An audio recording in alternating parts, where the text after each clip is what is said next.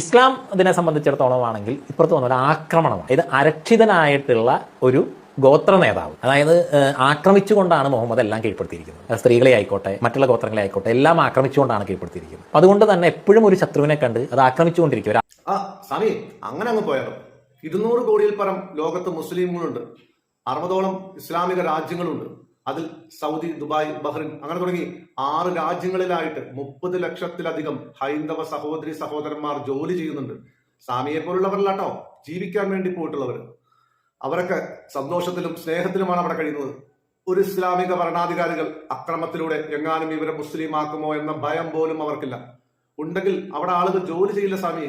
ഇനി അക്രമത്തിലൂടെ, ഭീഷണിയിലൂടെ മതം മാറ്റാൻ ശ്രമിച്ചതായി, മതം മാറ്റിയതായിട്ട് സ്വാമിക്ക് തെളിവ് തരാൻ സാധിക്കുമോ? പിന്നെ സ്വാമിയോട് പറയാനുള്ളത്, സ്വാമി ഒരുപാട് കുറിവാരി തേച്ചത് കൊണ്ടൊന്നും സ്വാമിയാവില്ല. അസഹിഷ്ണുതയും അസൂയയും ഒഴിവാക്കി യഥാർത്ഥ ഒരു സ്വാമിക്ക് വെറുപ്പില്ലാത്ത ഹൃദയഭക്തി തന്നെ വേണം. അത് താങ്കൾക്കില്ല.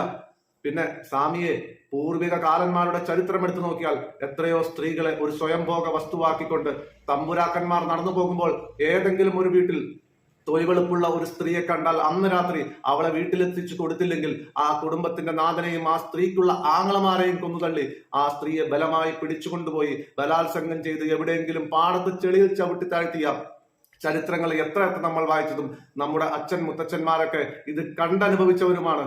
നിങ്ങളൊക്കെ ഈ കേരളത്തിൽ നടത്തിക്കൂട്ടിയത് വിളമ്പാൻ തുനിഞ്ഞാൽ മൂക്കുപൊത്തി നടക്കേണ്ടി വരും ഇവിടെ ഉള്ളവർക്ക്. അതുകൊണ്ട് സ്വാമിയെ ഈ മഹത്തായ വസ്ത്രം ധരിച്ചുകൊണ്ട് നല്ലത് പഠിപ്പിക്കുക. സ്വന്തം മതവും വിശ്വാസവും ചേർത്ത് പിടിക്കുന്നതോടൊപ്പം മറ്റുള്ളവരെ വെറുക്കാതെയും വിദ്വേഷം പ്രചരിപ്പിക്കാതെയും ഇരിക്കുക. ആ മഹത്തായ വസ്ത്രത്തെ ബഹുമാനിച്ചുകൊണ്ട് ആദരിച്ചുകൊണ്ട് തന്നെ പറയട്ടെ, എല്ലാ മതപ്രചാരകരും സ്വന്തം വിശ്വാസം പഠിപ്പിക്കുന്നതോടൊപ്പം മറ്റുള്ളവരെ ചേർത്ത് പിടിപ്പിക്കാൻ കൂടി പഠിപ്പിക്കും.